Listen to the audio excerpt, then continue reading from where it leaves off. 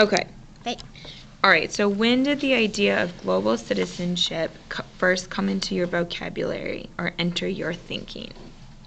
Well, I think it's a combination of things because I grew up in the 60s. So we had both the Vietnam War, which made us aware of the larger world, and we had the environmental movement. The first Earth Day started thinking of ourselves as part of planet Earth's crew instead of just Georgia's crew or America's crew. Is that what you're thinking? Okay. Yeah, so it was part of your upbringing. Right. And I was very active in the civil rights movement.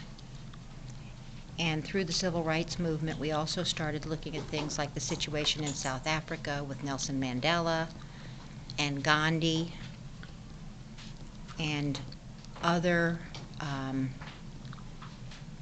activist programs that had peaceful means of demonstrating.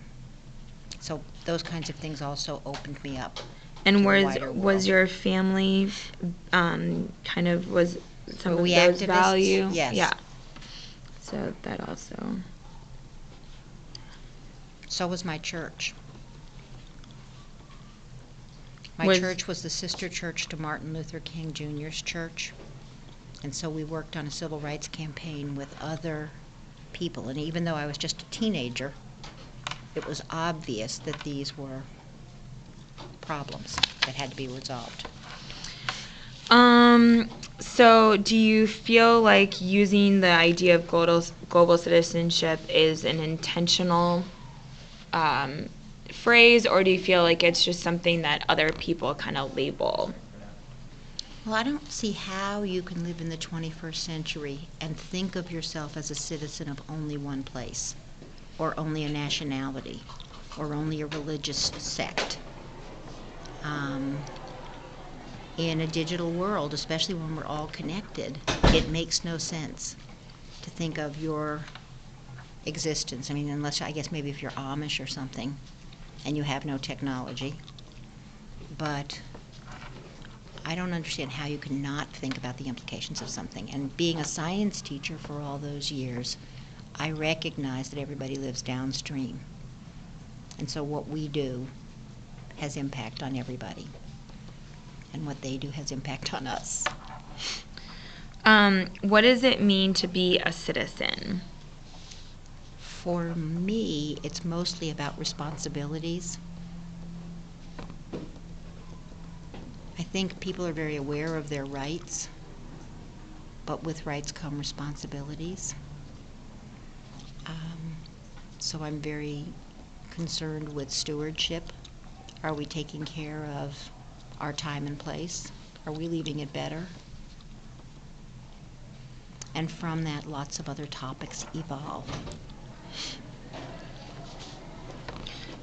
And how do you think about your own identity as a citizen, and which community or communities do you consider yourself a citizen? Which I think you've kind of the stewardship and leaving it better. So maybe what communities do you consider yourself a citizen?